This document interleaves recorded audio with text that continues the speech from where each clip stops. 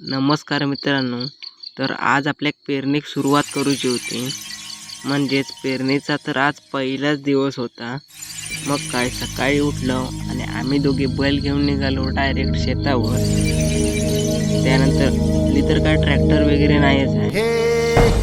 मी तुमका दाखवणार आहे की बैलांचा वापर करून कशा प्रकारे भात शेती केली जाते ते पण डायरेक्ट पेरणीपासून ते लावणीपर्यंत. जर चॅनलवर नवीन असाल तर सबस्क्राईब करून घ्या नक्कीच, आणि पुढचे ब्लॉगसुद्धा आमचे नक्की पहा तुम्ही, जे मी पेरणीपासून ते लावणीपर्यंत यूट्यूबवर अपलोड करणार आहे. पहिल्यांदा आम्ही काय केलं, अशा प्रकारे बैल बांधून घेतले. त्यानंतर नागर बांधायला सुरुवात केली. पाहू शकता तुम्ही आता कशा प्रकारे नागर बांधतोय तो.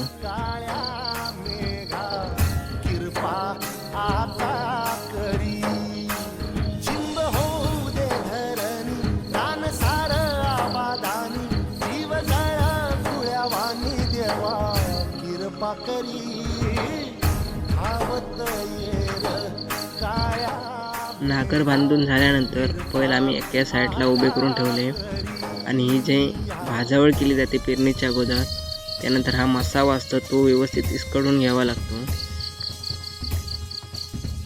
हा मसावा वगैरे इसकडून झाला त्यानंतर आम्ही नांगरायला सुरुवात केली. पाहू शकता तुम्ही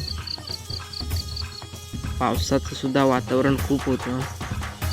नांगरणी करत असताना पाऊस नसला पाहिजे.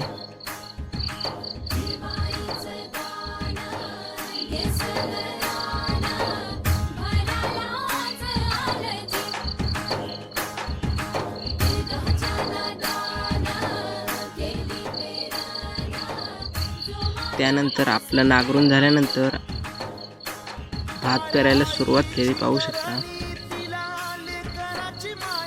अशा प्रकारे भात पेरलं जातं.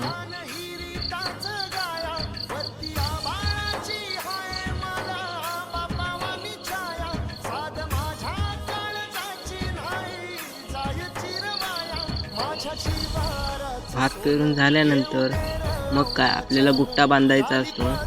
गुट्टा कशा प्रकारे बांधतात ते तुम्ही पाहू शकता.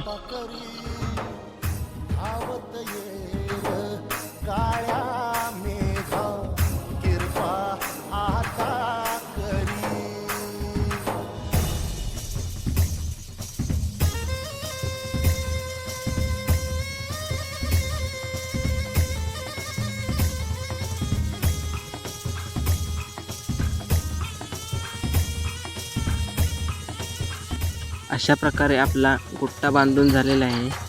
गुट्टा फिरवायचा खास कारण म्हणजे काय, आपलं जे भात पेरलेलं असतं ते मातीच्या वरती असतं. गुट्टा फिरवल्यानंतर ते मातीच्या खाली व्यवस्थित जातं आणि मातीसुद्धा व्यवस्थित लेवल होते. पाहू शकता तुम्ही.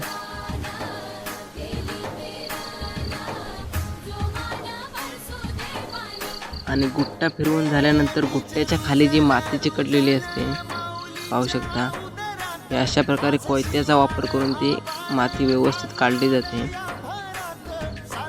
आणि हा आपला पेरणीचा शेवटचा ब्लॉगच आहे.